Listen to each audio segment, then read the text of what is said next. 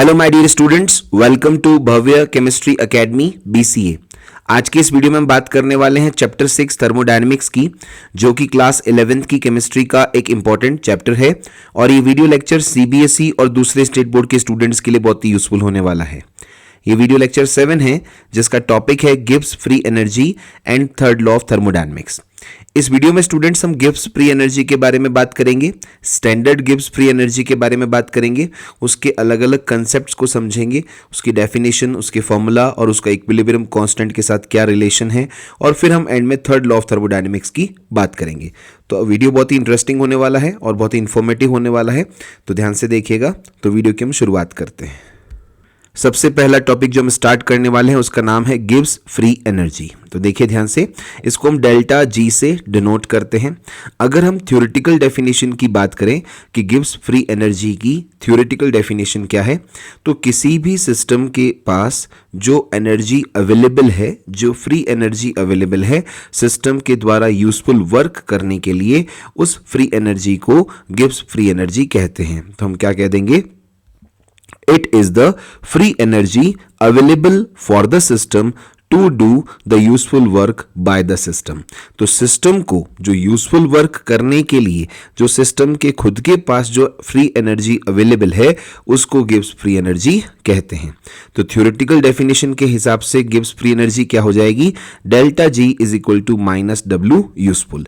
W useful जो system work कर रहा है, क्योंकि सिस्टम खुद वर्क कर रहा है इसलिए नेगेटिव साइन आएगा, और डेल्टा जी जो कि गिब्स फ्री एनर्जी चेंज को डिनोट करता है। ठीक है, अब आगे देखिए ध्यान से।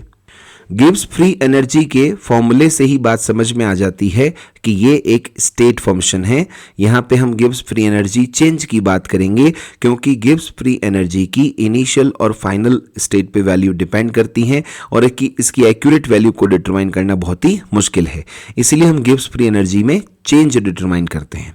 और साथ ही साथ हमें यह भी पता होना चाहिए कि गिब्स फ्री एनर्जी एक एक्सटेंसिव प्रॉपर्टी है, जो कि क्वांटिटी ऑफ मैटर पे डिपेंड करती है। तो यहाँ पे इन्हीं दोनों बातों को समझाया गया है। It is an extensive property and state function. Extensive property है, इसका मतलब है कि Gibbs free energy quantity of matter पे डिपेंड करता है। ज्यादा मैटर होगा तो उस समय गिब्स फ्री एनर्जी की वैल्यू ज्यादा आएगी, और अगर क्वांटिटी ऑफ मैटर कम है तो हमारे पास गिब्स फ्री एनर्जी की वैल्यू कम आएगी, क्योंकि गिब्स फ्री एनर्जी एक एक्सटेंसिव प्रॉपर्टी है। दूसरा यहां पे कहा गया है कि गिब्स फ्री एनर्जी एक स्टेट फंक्शन है, यानी गिब्स फ्री एनर्जी की वैल्यू इनिशियल और फाइनल स्टेट पे डिपेंड करती है, पाथ पे डिपेंड नहीं करती है। राइट? तो क्या कहा गया? It is an extensive property and state function so that it's exact value can not be determined, but the change in Gibbs free energy can be easily determined.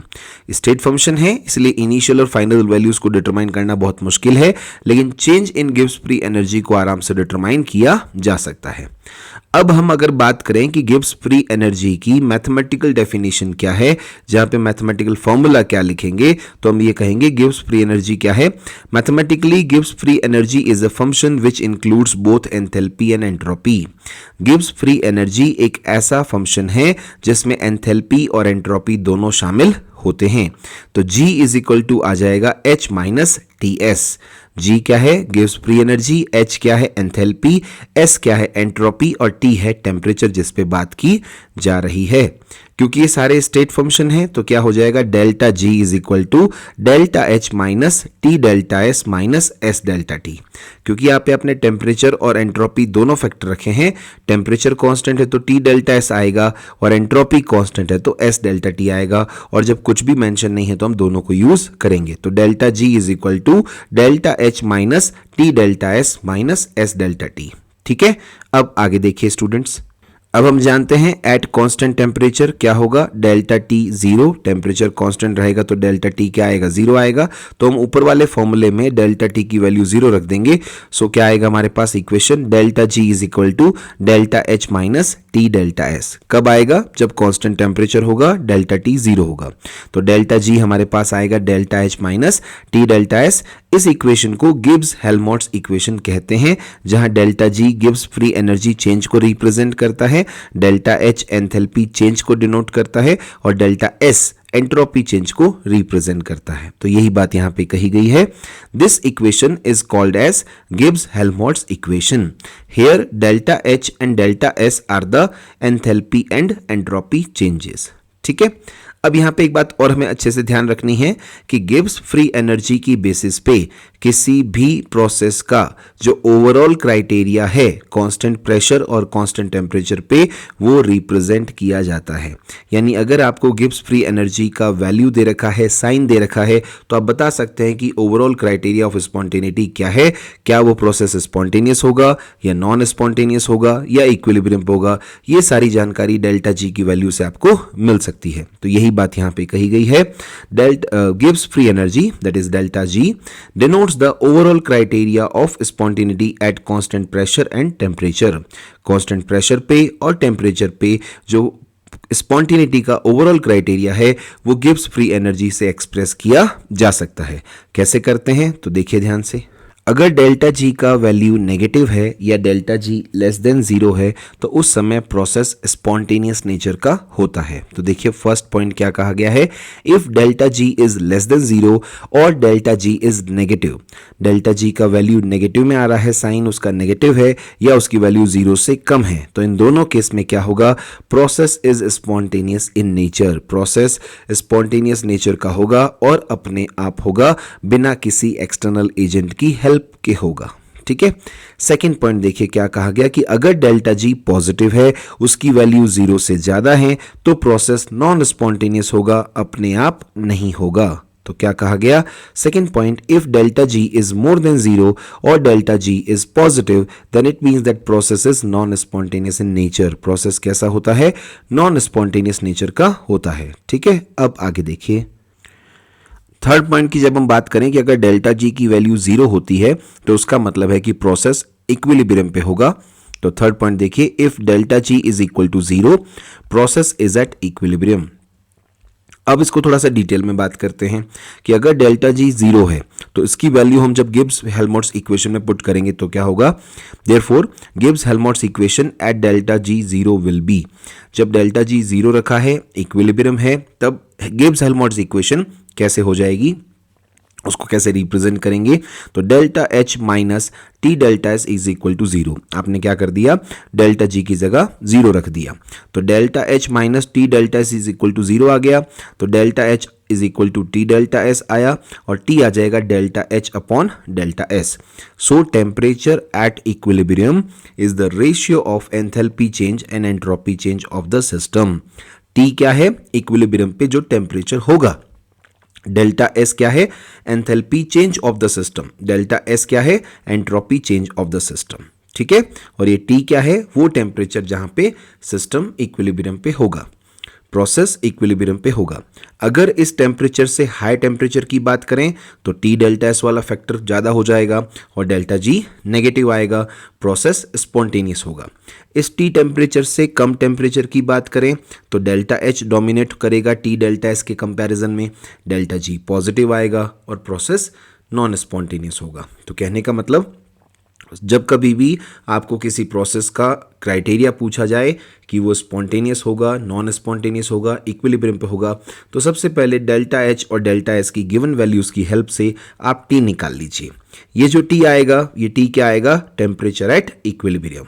ठीक है, फिर जब T कैलकुलेट हो गया है, अब इस T से ज़्यादा टेम्परेचर अगर आप रखते हैं तो डेल्टा G नेगेटिव आएगा, प्रोसेस स्पॉन्टेनियस होगा। इस T टेम्परेचर से कम टेम्परेचर की बात करते हैं तो डेल्टा H डोमिनेट होने की वजह से डेल्टा G पॉजिटिव आएगा और प्रोसेस नॉन स्पॉन्टेनियस होगा। ठीक है, तो स्पॉन्टेनियस, नॉन स्पॉन्टेनियस और इक्विलिब्रियम तीनों कंडीशन को हमने समझा, डेल्टा जी की तीनों वैल्यूज़ की हमने बात की और वहाँ से गिब्स हेल्महोल्ट्ज इक्वेशन पे अप्लाई किया। ठीक है, अब आगे देखिए ध्यान से। कोई भी केमिकल रिएक्शन है या कोई भी केमिकल प्रोसेस है, उसकी स्पॉन्टेनिटी के ऊपर टेम्परेचर का क्या अफेक्ट होता है, उसकी जब हम बात करें तो उसको हम समझते हैं। तो नेक्स्ट टॉपिक है हमारा affect of temperature on the spontaneity of a reaction और प्रोसेस। कोई भी केमिकल रिएक्शन है या केमिकल प्रोसेस है, उसकी स्पॉन्टेनिटी पर टेम्परेचर का क्या अफेक्ट होता है। तो हमें पहले ये देखना है कि जो डेल्टा जी की वैल्यू आती है गिब्स हेल्महोल्ट्ज इक्वेशन से, वो क्या हाई टेम्परेचर पे अलग है या लो टेम्परेचर पे अलग है या दोनों टेम्परेचर पे सेम है, या क्या कंडीशन है, कैसे वो वेरी करता है, उसको हम समझते हैं। तो सबसे पहला केस हमने कहा कि जब हम बात करें कि कोई भी प्रोसेस हमेशा सभी टेम्परेचर पे स्पॉन्टेनियस हो, उसके लिए क्या कंडीशन होगी। तो अगर हम एंथैल्पी फैक्टर की बात करें तो जहां एंथैल्पी मिनिमम है, नेगेटिव है, वो प्रोसेस हमेशा स्पॉन्टेनियस होगा, तो डेल्टा जी नेगेटिव आ गया। एंट्रोपी फैक्टर की बात करें, जहां एंट्रोपी बढ़ती है, मैक्सिमम है, पॉजिटिव है, वो प्रोसेस हमेशा स्पॉन्टेनियस होता है। और जहां इन दोनों के साइन को पुटअप करें हम गिब्स हेल्महोल्ट्ज इक्वेशन में, delta G is equal to delta H minus T delta S के अंदर, वहां पे डेल्टा एच नेगेटिव रखें और डेल्टा एस पॉजिटिव रखें, तो हमारे पास डेल्टा जी नेगेटिव आएगा। और डेल्टा जी जब सभी टेम्परेचर पे नेगेटिव आ रहा है, इसका मतलब है कि प्रोसेस हमेशा सभी टेम्परेचर पर स्पॉन्टेनियस होगा। तो अगर कभी ऐसा पूछा जाए स्टूडेंट्स कि सभी टेम्परेचर पर स्पॉन्टेनियस होने वाले प्रोसेस के लिए डेल्टा एच, डेल्टा एस और डेल्टा जी का साइन क्या होता है, तो आप क्या कहेंगे, जो प्रोसेस सभी टेम्परेचर पे स्पॉन्टेनियस है उसके लिए डेल्टा जी नेगेटिव होगा और डेल्टा एस पॉजिटिव होगा और डेल्टा एच नेगेटिव होगा। तो यही बात यहाँ पे कही गई है। फर्स्ट केस जो हम समझ रहे हैं, डेल्टा एच जहां नेगेटिव हो, डेल्टा एस जहां पॉजिटिव हो, तो डेल्टा जी नेगेटिव आएगा। That means process is spontaneous at all the temperatures, process सभी टेम्परेचर पर स्पॉन्टेनियस रहेगा।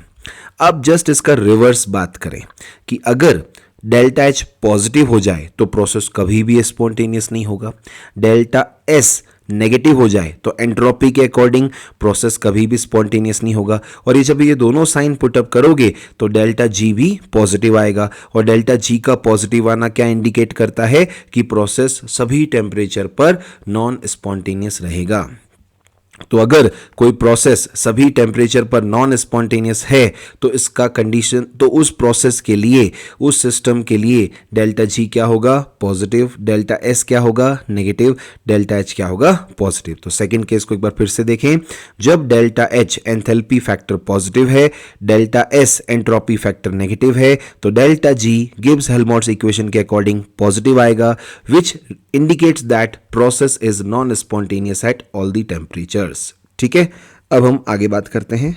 अब आगे हम जो बात करने वाले हैं वो है जब डेल्टा एच भी नेगेटिव हो और डेल्टा एस भी नेगेटिव हो। देखो स्टूडेंट्स, जब डेल्टा एस नेगेटिव होगा, तो जब डेल्टा एस नेगेटिव होगा तो नेगेटिव नेगेटिव पॉजिटिव हो जाएगा, और आपके पास डेल्टा एच नेगेटिव है और ये ओवरऑल टर्म माइनस साइन को इंक्लूड करते हुए जो ओवरऑल टर्म है वो क्या है, नेगेटिव नेगेटिव पॉजिटिव हो गया, और डेल्टा एच किस में है, नेगेटिव है। तो हमें ये देखना है कि कौन डोमिनेट कर रहा है, डेल्टा एच डोमिनेट कर रहा है या T delta S factor dominate कर रहा है। अभी कैसे पता चलेगा कौन डोमिनेट कर रहा है, साइन तो दोनों के अलग अलग हैं। तो हमें देखना है टेम्परेचर, अगर टेम्परेचर लो है तो ऑब्वियसली टी डेल्टा एस वाला फैक्टर का वैल्यू कम आएगा, डेल्टा एच वाले फैक्टर का वैल्यू ज्यादा आएगा। अगर टेम्परेचर हाई है तो टी डेल्टा एस वाले फैक्टर का वैल्यू ज्यादा आएगा, डेल्टा एच वाले फैक्टर का वैल्यू कम आएगा। तो हम क्या करते हैं, जो हमारा थर्ड पॉइंट है जिसमें डेल्टा एच नेगेटिव है, डेल्टा एस भी नेगेटिव है, इसमें क्लियर कर देते हैं कि टेम्परेचर लो है या टेम्परेचर हाई है। टेम्परेचर लो होगा तो अलग कंडीशन होगी, टेम्परेचर हाई होगा तो अलग कंडीशन होगी। सबसे पहले हम बात करते हैं जब डेल्टा एच और डेल्टा एस दोनों ही नेगेटिव हो और टेम्परेचर लो हो। जब टेम्परेचर लो रखा है तो ऑब्वियसली टी डेल्टा एस वाला फैक्टर कम होगा, डेल्टा एच वाला फैक्टर डोमिनेट करेगा, और जब डेल्टा एच डोमिनेट करेगा तो उसका साइन नेगेटिव है, तो डेल्टा जी नेगेटिव आएगा। तो लो टेम्परेचर पर डेल्टा जी नेगेटिव आया। उससे क्या पता चला, उससे ये इंडिकेट हुआ कि process is spontaneous at low temperature. Low temperature रखने पर डेल्टा जी नेगेटिव आया, इसलिए लो टेम्परेचर पर प्रोसेस कैसा होगा, स्पॉन्टेनियस होगा। ठीक है, अब आगे देखिए ध्यान से। अब फोर्थ पॉइंट में हम बात करते हैं जब डेल्टा एच भी नेगेटिव हो, डेल्टा एस भी नेगेटिव हो, और इस बार टेम्परेचर हाई आपने रख दिया। जब टेम्परेचर हाई रख दिया है तो टी डेल्टा एस वाला फैक्टर डोमिनेट करेगा और टी डेल्टा एस आपका साइन आगे नेगेटिव है तो नेगेटिव नेगेटिव पॉजिटिव हो जाएगा और डेल्टा जी पॉजिटिव आएगा। तो हाई टेम्परेचर रखने पर डेल्टा जी पॉजिटिव आया, उससे ये इंडिकेट होता है कि process is non spontaneous at high temperature. तो जब डेल्टा एच नेगेटिव हो, डेल्टा एस नेगेटिव हो और हाई टेम्परेचर की बात होगी तो टी डेल्टा एस वाला फैक्टर डोमिनेट करने की वजह से डेल्टा जी पॉजिटिव आएगा, जिससे ये पता चलता है कि process is non spontaneous at high temperature. ठीक है, अब हम आगे बात करते हैं फिफ्थ पॉइंट की, जहां हम ये कह रहे हैं कि दोनों साइन पॉजिटिव हैं। डेल्टा एच एंथैल्पी का साइन भी पॉजिटिव है, डेल्टा एस एंट्रोपी का साइन भी पॉजिटिव है। अब देखिए गिब्स हेल्महोल्ट्ज इक्वेशन पे इसको अप्लाई करते हैं, तो जब आप कह रहे हो टी डेल्टा एस का साइन पॉजिटिव है और टी डेल्टा एस के बाहर तो नेगेटिव होता है, तो नेगेटिव पॉजिटिव क्या हो गया, नेगेटिव। तो इस बार टी डेल्टा एस का फैक्टर का ओवरऑल साइन कैसा है, नेगेटिव, और ये है पॉजिटिव। तो हमें देखना है कि टेम्परेचर लो है या हाई है। टेम्परेचर लो है तो डेल्टा एच डोमिनेट करेगा, टेम्परेचर हाई है तो टी डेल्टा एस डोमिनेट करेगा। तो सबसे पहले हमने कह दिया at low temperature. Low temperature जैसे ही आपने बोला तो टी डेल्टा एस फैक्टर का वैल्यू कम है और वो डोमिनेट कौन कर रहा है, डेल्टा एच, जिसका साइन है पॉजिटिव। तो ऑब्वियसली डेल्टा जी क्या आएगा, पॉजिटिव।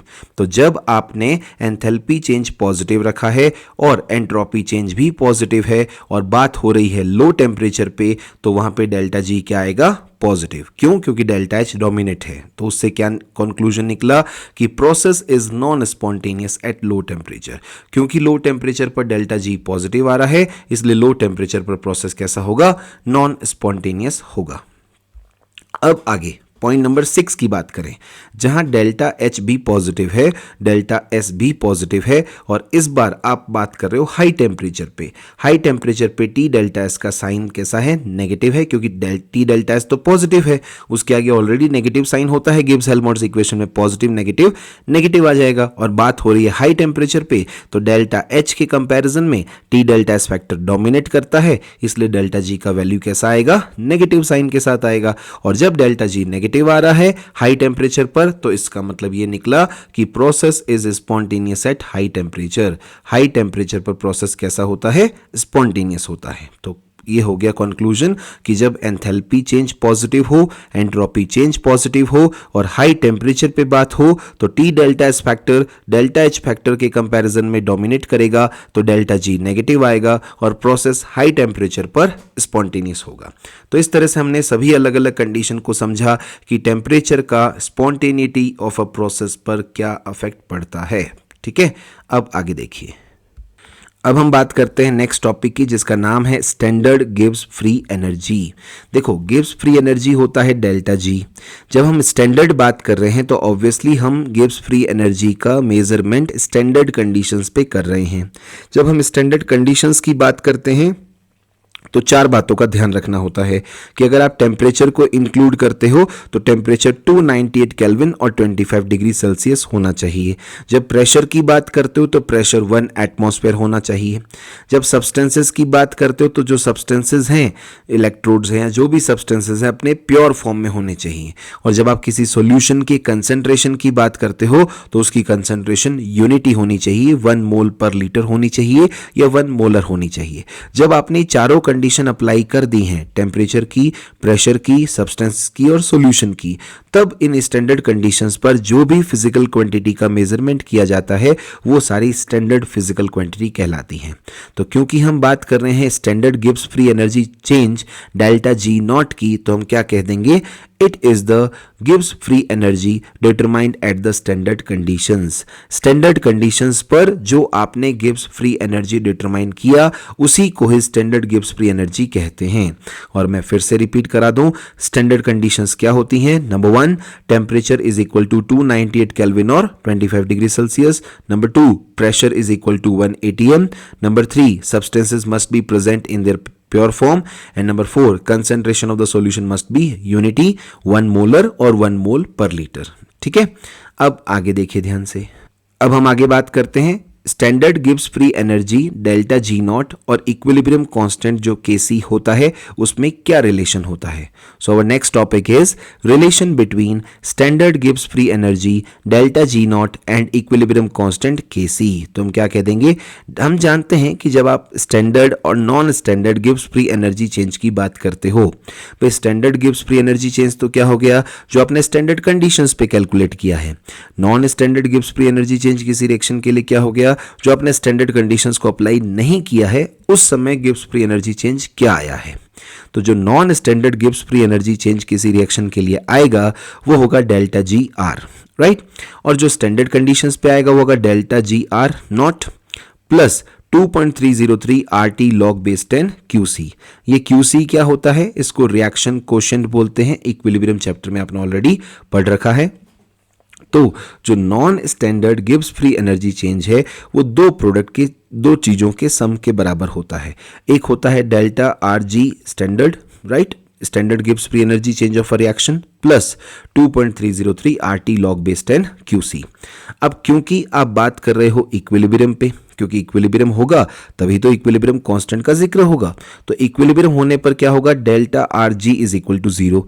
इक्विलिब्रियम पर जो non standard Gibbs free energy change है वो कितना है, जीरो है। And Q C is equal to K C. Equilibrium chapter में आपने ऑलरेडी पढ़ रखा है केमिकल इक्विलिब्रियम के अंदर कि जब इक्विलिब्रियम स्टैब्लिश हो जाता है, rate of forward reaction and rate of backward reaction equal हो जाती हैं, उस समय QC और KC इक्वल होता है। यानी equilibrium quotient, reaction quotient and equilibrium constant दोनों इक्वल होंगे। कब, जब इक्विलिब्रियम होगा। तो ये दोनों value delta R G is equal to zero and QC is equal to KC, ये दोनों हम इस इक्वेशन नंबर जो हमने फर्स्ट जो लिखा रिलेशन उसमें पुट करते हैं। सो क्या आ जाएगा हमारे पास final relation, zero is equal to delta R G naught plus 2.303 RT log base 10 KC। इस तरह से आप डेल्टा आर जी नॉट क्या लिख देंगे, डेल्टा आर जी नॉट हो जाएगा minus 2.303 RT log base 10 KC। तो ये हमारे पास रिलेशन आ गया standard Gibbs free energy change delta R G naught और इक्विलिब्रियम कांस्टेंट KC के बीच में। क्या है relation, delta R G naught is equal to minus 2.303 RT log base 10 KC। Delta R G naught क्या है, standard Gibbs free energy change of a reaction.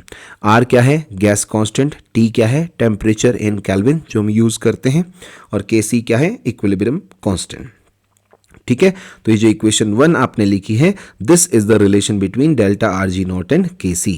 Equilibrium constant KC और standard Gibbs free energy change delta R जी में equation 1 जो लिखा है ये relation होता है। ठीक है, अब आगे देखिए ध्यान से। अब हम अच्छे से जानते हैं कि गिब्स हेल्महोल्ट्ज इक्वेशन भी हमको गिब्स फ्री एनर्जी के बारे में बताता है, और यहाँ से भी हमने गिब्स फ्री एनर्जी का ही फॉर्मूला लिखा है इक्विलिब्रियम कांस्टेंट के टर्म्स में। तो जो इक्वेशन 1 हमने लिखी है उसको गिब्स हेल्महोल्ट्ज इक्वेशन से कंपेयर कर लें, तब क्या होगा, so we can say on comparing equation 1 with Gibbs Helmholtz equation we get. तो क्या होगा, डेल्टा जी का फॉर्मूला जो है वो दोनों अलग अलग फॉर्मूले, इक्वेशन 1 वाला भी और गिब्स हेल्महोल्ट्ज इक्वेशन वाला भी, दोनों को कंपेयर कर लीजिए। तो क्या हो जाएगा, delta H R naught minus T delta S R naught is equal to minus 2.303 RT log base 10 KC। ठीक है, अब यहां पे आपके पास जो डेल्टा एस आर नॉट है वो क्या है, standard entropy change of the reaction. Delta H R not क्या हो जाएगा, standard enthalpy change of the reaction. और KC क्या है, इक्विलिब्रियम कांस्टेंट। ठीक है, अब आगे देखिए। By using equation 2 it is possible to obtain an estimate of delta R G naught from the measurement of delta R H and delta R S and then calculate KC at any temperature for the economic yields of the product. अब equation 2 की अगर हम बात करें तो जो metallurgy में हम एलिंगम डायग्राम पढ़ते हैं क्लास 12th के अंदर, और भी जो अलग अलग डिफरेंट टॉपिक्स हैं पूरे केमिस्ट्री में, वहाँ कहीं पे भी आपको प्रोडक्ट की यील्ड के बारे में जानकारी प्राप्त करनी हो, इक्विलिब्रियम कंडीशन के ध्यान में रखते हुए, रिवर्सिबल रिएक्शन को ध्यान में रखते हुए, तो आप इस फॉर्मूले को यूज कर सकते हैं। जो इक्वेशन 2 है उसकी हेल्प से हम डेल्टा जी का एस्टिमेट निकाल सकते हैं, डेल्टा एच और डेल्टा एस आपको अगर गिवन हो, और उनकी हेल्प से जब डेल्टा जी आ जाएगा तो हम KC भी कैलकुलेट कर सकते हैं किसी भी टेम्परेचर पर। और जब KC हमारे पास आ जाता है तो हमें जो प्रोडक्ट ऑब्टेन्ड होगा उसकी यील्ड का एस्टिमेशन हो जाता है कि कितनी उसकी प्रोडक्ट की यील्ड होगी। तो यहाँ पे यही बात कही गई है, by using equation 2 it is possible to obtain an estimate of delta r g naught from the measurement of delta r h naught and delta r s naught and then calculate kc at any temperature for the economic yield of the product. ठीक है, अब हमारे पास दो तरह की reaction होती हैं, एक एंडोथर्मिक है और एक एक्सोथर्मिक है। एंडोथर्मिक के लिए क्या होगा, डेल्टा एच पॉजिटिव होता है, एक्सोथर्मिक के लिए डेल्टा एच क्या होता है, नेगेटिव होता है। तो देखिए दोनों की हम सेपरेट बात करते हैं। सबसे पहले देखिए, फॉर स्ट्रांगली एंडोथर्मिक रिएक्शन, जो बहुत स्ट्रांग एंडोथर्मिक रिएक्शन होगा उसके लिए क्या होगा, जो डेल्टा एच है उसका साइन कैसा होगा, लार्ज होगा और पॉजिटिव होगा, क्योंकि प्रोसेस एंडोथर्मिक में हीट एब्जॉर्ब होगी, एंथैल्पी चेंज पॉजिटिव आएगा। So for strongly endothermic reaction the value of delta H R not may be large and positive, बहुत ज्यादा होगी और पॉजिटिव वैल्यू होगी। ठीक है, अब आगे देखिए, अब ऐसी कंडीशंस में क्या होगा, in such a case value of k will be much smaller than 1 and the reaction is unlikely to form the product। जब ऐसी सिचुएशन होगी, एंडोथर्मिक रिएक्शन है, तो उसके लिए k की वैल्यू बहुत छोटी आएगी 1 के कंपैरिजन में, और जब 1 से बहुत कम वैल्यू आ रही है k की, तो इसका मतलब वो रिएक्शन प्रोडक्ट बनाने के चांसेस उसमें बहुत ही कम होंगे, वो प्रोडक्ट बहुत ही कम बनाएगी। राइट, अब हम दूसरी, जैसे ये हमने बात की एंडोथर्मिक रिएक्शन के बारे में, ऐसे कैसे हम एक्सोथर्मिक को समझते हैं। In case of exothermic reaction delta H R is large and negative and delta R G is likely to be large and negative too. Okay, जब आप एक्सोथर्मिक रिएक्शन की बात करते हो तो एंथैल्पी, स्टैंडर्ड एंथैल्पी चेंज कैसा है, large and negative है, और डेल्टा एच नेगेटिव है, तो इसमें क्या होगा, डेल्टा जी भी क्या आएगा, लार्ज और नेगेटिव आएगा। अब delta G large and negative आएगा तो उस समय के की वैल्यू क्या आएगी, मोर देन 1 आएगी, और जब के मोर देन 1 आएगी तो उस समय ऐसी एक्सोथर्मिक रिएक्शन प्रोडक्ट बनाने की संभावना उसमें बहुत ज्यादा होगी। तो हम क्या कह देंगे, in case of exothermic reaction delta hr is large and negative, so delta g naught is also likely to be large and negative too। जब डेल्टा जी भी नेगेटिव है तो हम क्या कह देंगे, in such cases k will be much larger than 1, k की value बहुत ज्यादा आएगी 1 के कंपैरिजन में। So we may expect strongly exothermic reactions to have a large k and hence go to near the completion. जो बहुत ज्यादा exothermic reactions होती हैं, स्ट्रांगली एक्सोथर्मिक रिएक्शन होती हैं जहां पे बहुत ज्यादा एनर्जी रिलीज होती है, उनमें k की वैल्यू बहुत ज्यादा आएगी, प्रोडक्ट इजीली बन जाएगा और बहुत सारा डोमिनेट करेगा प्रोडक्ट भी, और वो रिएक्शंस कंप्लीट हो जाएंगी या कंप्लीशन की तरफ आगे बढ़ेंगी। राइट, ऐसा कहां होगा, स्ट्रांगली एक्सोथर्मिक रिएक्शंस के लिए। तो यहां पे आपने क्या देखा, delta G also depends on delta S if the changes in the entropy of reaction is also taken into account. The value of K or extent of chemical reaction will also be affected depending upon whether delta H and delta S are changing or not. Simple सी बात है भाई, हम ही कह रहे हैं कि जो डेल्टा G का फॉर्मूला आया है या डेल्टा G की जो वैल्यूज पुट कर रहे हो वो डेल्टा S पे भी डिपेंड करेगी, अगर आप डेल्टा S को काउंटिंग में लेते हो और उसकी वैल्यू टेम्परेचर से अफेक्टेड होती है। ठीक है, अगर अफेक्टेड नहीं हो रही है, डेल्टा एस चेंज नहीं हो रहा, तो उसकी वैल्यू पे ज़्यादा कोई फर्क नहीं पड़ेगा। ओके, तो यही बात यहाँ पे कही गई है। Delta G naught also depends on delta S naught if the changes in the entropy of reaction is also taken into account। ठीक है, the value of K और the extent of chemical reaction will also be affected। अब जब आपके पास delta G affected हो गया delta S की वजह से, तो डेल्टा G के अफेक्ट होने के कारण जो उस रिएक्शन का K था, इक्विलिब्रियम कांस्टेंट था, जिस से ये पता चलता था कि एक्सटेंट ऑफ रिएक्शन क्या होगा, रिएक्शन आगे बढ़ेगी या पीछे जाएगी या इक्विलिब्रियम पे रहेगी, वो सारी बातें जो के की बेसिस पे पता चल सकती थी, जो एक्सटेंट ऑफ रिएक्शन पता चल सकता था, वो भी अफेक्टेड होगा इस एंट्रोपी के अफेक्ट होने की वजह से। ठीक है, और ये सब बातें किस पे डिपेंड करेंगी, ये सब बातें डिपेंड करेंगी कि जो डेल्टा एस है वो पॉजिटिव है या नेगेटिव है, क्योंकि डेल्टा एस का साइन जो पॉजिटिव होगा या नेगेटिव होगा उससे डेल्टा जी अफेक्टेड होगा, डेल्टा जी के अफेक्टेड होने से के अफेक्टेड होगा, जिससे एक्सटेंट ऑफ रिएक्शन भी अफेक्टेड होगा। ठीक है, अब हम कुछ क्वेश्चन प्रैक्टिस देखते हैं जितना अभी तक हमने पढ़ लिया है थर्मोडायनेमिक्स के अंदर। तो देखिए क्वेश्चन नंबर 1 क्या कहता है। Question number 1, for the reaction at 298 kelvin, 298 kelvin पर किसी रिएक्शन के लिए क्या क्या डाटा गिवन है, देखिए ध्यान से। 2A plus B gives C, delta H is equal to 400 kilo joule पर mole and delta S is equal to 0.2 kilo joule per Kelvin per mole. At what temperature will the reaction becomes spontaneous considering delta H and delta S to be constant over the temperature range? पहले question का meaning समझो student कि delta H और delta S temperature के साथ change नहीं हो रहे हैं, फिक्स रह रहे हैं, कांस्टेंट रह रहे हैं। तो आपको गिब्स हेल्महोल्ट्ज इक्वेशन यूज करना है जहां डेल्टा एच और डेल्टा एस का जिक्र होता है। डेल्टा एच क्वेश्चन में गिवन है 400 किलो जूल पर मोल, डेल्टा एस भी गिवन है 0.2 किलो जूल पर मोल। मैंने आपको क्या सिखा रखा है स्टूडेंट कि किसी भी रिएक्शन के लिए जब ये पूछा जाए कि वो कौन से टेम्परेचर पे स्पॉन्टेनियस होगी या कौन से टेम्परेचर पे नॉन स्पॉन्टेनियस होगी, तो पहले आप उस गिवन रिएक्शन का T निकालिए इक्विलिब्रियम पे कितना आएगा। जो T आएगा, जो टेम्परेचर आएगा उस समय तो वो प्रोसेस क्या होगा, स्पॉन्टेनियस। उस टेम्परेचर से ज्यादा टेम्परेचर पर जब T जो आएगा हमारे पास डेल्टा H और डेल्टा S की वैल्यू से, वो आएगा हमारे पास टेम्परेचर इक्विलिब्रियम का। अब अगर हमारे पास टेम्परेचर जो आ रहा है उससे हाई टेम्परेचर की बात करेंगे तो प्रोसेस कैसा होगा, स्पॉन्टेनियस, और उससे लो टेम्परेचर की बात करेंगे तो प्रोसेस कैसा होगा, नॉन स्पॉन्टेनियस। तो देखिए ध्यान से, we know that from Gibbs Helmholtz equation, हम पहले गिब्स हेल्महोल्ट्ज इक्वेशन को यूज करेंगे, delta G is equal to delta H minus T delta S. अब क्योंकि हम बात कर रहे हैं इक्विलिब्रियम की जहां डेल्टा जी क्या होता है, जीरो, तो डेल्टा जी जो जीरो है इक्विलिब्रियम पे उसको यहां पे पुट कर दिया। अब आगे देखिए, जैसे ही आपने डेल्टा जी जीरो रखा तो delta H is equal to T delta S आ गया, टी आ गया delta H upon delta S. अब क्वेश्चन में दोनों वैल्यूज गिवन है, डेल्टा एच है 400, डेल्टा एस है 0.2, दोनों वैल्यू पुट कर देंगे। So on putting the values we get T is equal to 400 kilo joule है तो 10 की पावर 3 आ जाएगा, और 0.2 किलो जूल पर केल्विन पर मोल है तो ये भी 10 की पावर 3 आ जाएगा। 10 की पावर 3 से 10 की पावर 3 कैंसिल हो जाएगा, पॉइंट हटेगा यहाँ से 4000 अपॉन 2, तो टी हमारे पास आ जाएगा 2000 केल्विन। अब ये जो टी आया है स्टूडेंट्स, ये टी हमको बताता है कि 2000 केल्विन पर ये प्रोसेस स्पॉन्टेनियस और नॉन स्पॉन्टेनियस ना होके इक्विलिब्रियम पे होगा। अब आप अगर टेम्परेचर ये कह रहे हो कि स्पॉन्टेनियस कब होगा, तो 2000 केल्विन से ज्यादा टेम्परेचर पर प्रोसेस स्पॉन्टेनियस होगा।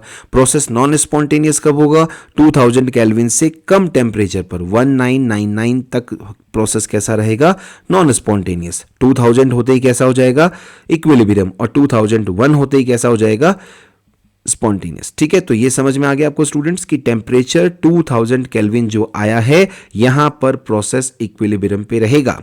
When T becomes more than 2000 kelvin, let's say 2001 kelvin, तो उस समय स्पॉन्टेनियस हो जाएगा। 2002, 3, 4 आगे 2000 केल्विन से कितना भी बड़ा टेम्परेचर हो, सभी कंडीशन पे प्रोसेस स्पॉन्टेनियस रहेगा। लेकिन अगर टेम्परेचर 2000 केल्विन से कम है, अब कम है मतलब कितना भी कम है, 1999 है चाहे कुछ और है, उन सभी कंडीशन पे प्रोसेस कैसा रहेगा, नॉन स्पॉन्टेनियस। ठीक है, अब आगे देखिए, यही बात यहां पे कही गई है। So the reaction will be at equilibrium at 2000 kelvin. 2000 kelvin पर रिएक्शन क्या होगी, इक्विलिब्रियम पे होगी, and about this temperature the reaction becomes spontaneous. जब आप 2000 केल्विन से ऊपर किसी टेम्परेचर की बात करोगे तो उसमें रिएक्शन स्पॉन्टेनियस हो जाएगी, प्रोसेस स्पॉन्टेनियस हो जाएगा। ठीक है, अब हम आते हैं इस वीडियो के लास्ट टॉपिक पे जिसका नाम है थर्ड लॉ ऑफ थर्मोडायनेमिक्स। देखिए स्टूडेंट्स, आपने सेकंड लॉ ऑफ थर्मोडायनेमिक्स की बात की प्रीवियस लेक्चर्स में, जहां हमने देखा कि सेकंड लॉ ऑफ थर्मोडायनेमिक्स हमको जानकारी देता है कि एंट्रोपी क्या होती है, क्योंकि उसी के बेसिस पे आप नेचुरल प्रोसेस के स्पॉन्टेनिटी को समझाते हो। लेकिन थर्ड लॉ ऑफ थर्मोडायनेमिक्स की जहां बात करें तो वो हमको ये समझाता है कि मोलर एंट्रोपी किसी सब्सटेंस के लिए कैसे डिटरमाइन की जाती है। अब थर्ड लॉ ऑफ थर्मोडायनेमिक्स के अंदर हमने कंडीशन फिक्स कर दी है जिसका नाम है एट कांस्टेंट प्रेशर। आपने कांस्टेंट प्रेशर को रखते हुए इस कंडीशन को समझना है। अब क्या है कंडीशन, कि जो हमारे पास सॉलिड होते हैं, हम अच्छे से जानते हैं कि सॉलिड, लिक्विड और गैस में से सबसे कम एंट्रोपी किस में होती है, सॉलिड में होती है। अब सॉलिड दो तरह के होते हैं, क्रिस्टलाइन और नॉन क्रिस्टलाइन। क्रिस्टलाइन वाले में क्या होगा, जो सॉलिड क्रिस्टलाइन सब्सटेंस होंगे उनमें प्रॉपर अरेंजमेंट देखने को मिलेगा, जिस वजह से डिसऑर्डरनेस और रैंडमनेस कम होगी, जिस वजह से एंट्रोपी कम होगी। और उसमें भी अगर हम प्योर क्रिस्टलाइन सब्सटेंस ले लें, प्योर क्रिस्टलाइन सॉलिड सब्सटेंस लेंगे तो उसमें तो और ज़्यादा जो मॉलिक्यूल्स का अरेंजमेंट है वो परफेक्ट होगा, डिसऑर्डरनेस और कम हो जाएगी। तो प्योर सॉलिड क्रिस्टलाइन सब्सटेंस के लिए भी जो मोलर एंट्रोपी आती है वो केवल और केवल एब्सोल्यूट जीरो टेम्परेचर पर, 0 केल्विन पे ही जीरो है। तो कुल मिला के कहने का मतलब ये हुआ कि 0 केल्विन या एब्सोल्यूट जीरो टेम्परेचर प्रैक्टिकली ला पाना मुश्किल है। तो प्योर सॉलिड सब्सटेंस के लिए भी जो मोलर एंट्रोपी है उसको जीरो ला पाना भी मुश्किल होगा। यानी कहने का मतलब हुआ कि जिस तरह से टेम्परेचर एब्सोल्यूट जीरो तक नहीं जाया जा सकता है, 0 केल्विन तक नहीं जाया जा सकता है, वैसे ही प्योर सॉलिड क्रिस्टलाइन सब्सटेंस के लिए भी मोलर एंट्रोपी की वैल्यू एग्जैक्टली जीरो नहीं हो सकती है, उसकी वैल्यू कुछ ना कुछ तो आएगी। अब ये कुछ ना कुछ जो आएगी वो आप मोलर एंट्रोपी को जीरो मान के रख के चलते हुए जो डिफरेंस निकालोगे वो डिफरेंस ही मोलर एंट्रोपी के इक्वल आएगा। तो हम क्या कह रहे हैं, as according to third law of thermodynamics, at constant pressure the molar entropy of pure solid crystalline substance is zero at absolute zero temperature, यानी कि 0 केल्विन पर। So according to third law of thermodynamics, standard molar entropy Sm at 0 Kelvin is equal to 0। Okay, अब आगे देखिए, क्योंकि हमने कह दिया molar entropy at 0 kelvin is equal to 0, तो एंट्रोपी चेंज क्या आएगा, molar entropy at any temperature T Kelvin and molar entropy at 0 Kelvin। Molar entropy at 0 kelvin तो हमने 0 पुट कर दिया। So molar entropy at T Kelvin क्या आएगा, delta S के इक्वल। अब क्योंकि हमको पता है डेल्टा एस का फॉर्मूला क्या है, Q रिवर्सिबल अपॉन T। अब क्योंकि हीट जो दे रहे हो वो कांस्टेंट प्रेशर पे दे रहे हो तो क्या हो जाएगा, QP अपॉन T। और कांस्टेंट प्रेशर पे जो हीट चेंज होता है वो एंथैल्पी के बराबर आता है। तो QP equal to delta H हम जानते हैं, तो हमारे पास एंट्रोपी चेंज और molar entropy at T Kelvin क्या आ जाएगा, you can say QP upon T और you can say delta H upon T। तो थर्ड लॉ ऑफ थर्मोडायनेमिक्स की हेल्प से हम किसी भी सब्सटेंस की मोलर एंट्रोपी को डिटरमाइन कर सकते हैं। तो यही बात यहाँ पे कही गई है, from this law the molar entropy of a substance can be determined easily. Okay students, तो इस तरह से आपने देखा, इस वीडियो लेक्चर में हमने बात की गिब्स फ्री एनर्जी के बारे में, स्टैंडर्ड गिब्स फ्री एनर्जी के बारे में, कैसे temperature spontaneity of a process को अफेक्ट करता है उसके बारे में समझा। फिर हमने उसके बाद कुछ क्वेश्चन प्रैक्टिस किए, डेल्टा जी के सारे कंसेप्ट्स को समझा, और फिर हमने लास्ट में बात की थर्ड लॉ ऑफ थर्मोडायनेमिक्स की। उम्मीद करते हैं यहाँ पे जो भी आपको समझाया वो समझ में आया होगा। कोई भी कंसेप्ट, कोई भी बात अगर आपको नहीं समझ में आई है तो कमेंट सेक्शन में जरूर मेंशन करें। और अभी तक आपने हमारे चैनल को सब्सक्राइब नहीं किया तो चैनल को सब्सक्राइब करें और प्लेलिस्ट में जाके क्लास 11th के सभी वीडियोज़ जितने भी अवेलेबल हैं उनको देखें, और जहाँ कहीं पर जो भी डाउट आता है उसको कमेंट सेक्शन में मैंशन करके अपने डाउट्स को क्लियर करें। Okay students, thank you very much.